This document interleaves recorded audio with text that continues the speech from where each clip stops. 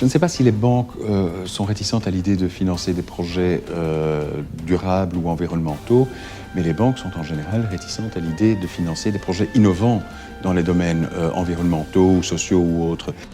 Lorsqu'il s'agit de financer des projets d'entreprise de développement durable et d'alternatives à la consommation, le secteur bancaire reste réticent.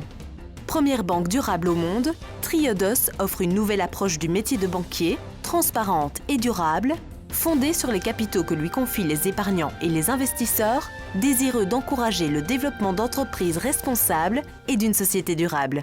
Triodos est une banque qui rassemble de l'argent auprès d'épargnants et cette épargne est réinvestie pour tout projet qui a une valeur ajoutée au niveau sociétal, environnemental, culturel ou social.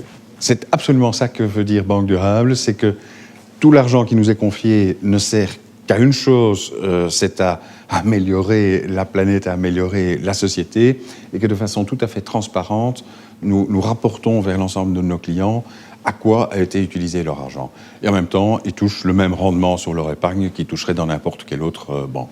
Alors, ce que nous apportons aux PME, puisque nous ne finançons pas n'importe quel projet, nous finançons uniquement un certain nombre de secteurs. Je prends par exemple les écoles.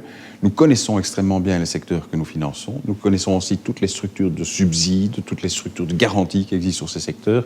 Et nous pouvons conseiller nos entreprises, nos partenaires sur la meilleure structure et les meilleures garanties à apporter à leurs projets. Nous pouvons aussi leur donner des informations sur l'évolution législative qui existe dans leur domaine et par exemple les mettre en garde sur un certain nombre d'évolutions. Et dans ces secteurs, nous allons toujours vérifier de façon précise quelle est la valeur ajoutée environnementale et sociétale d'un projet. Exemple, on ne va pas financer tous les projets relatifs aux écoles, mais on va financer les projets relatifs aux écoles qui auront en même temps une valeur ajoutée au niveau environnemental, par exemple. Il n'y a pas plus de contraintes, je dirais, que dans une banque classique.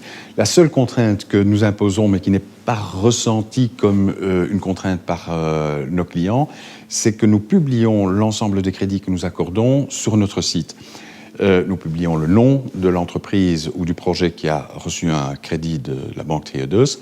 Nous ne publions jamais les montants qui sont concernés. Mais c'est un énorme avantage pour les entreprises parce que ça leur donne une espèce de label, une espèce de reconnaissance de projets ou d'entreprises durables qui les sert aussi dans leur visibilité vers le pays, vers leur clientèle. Pour nous, ce que nous voyons dans une approche comme celle de Triodos, c'est d'ouvrir d'autres alternatives.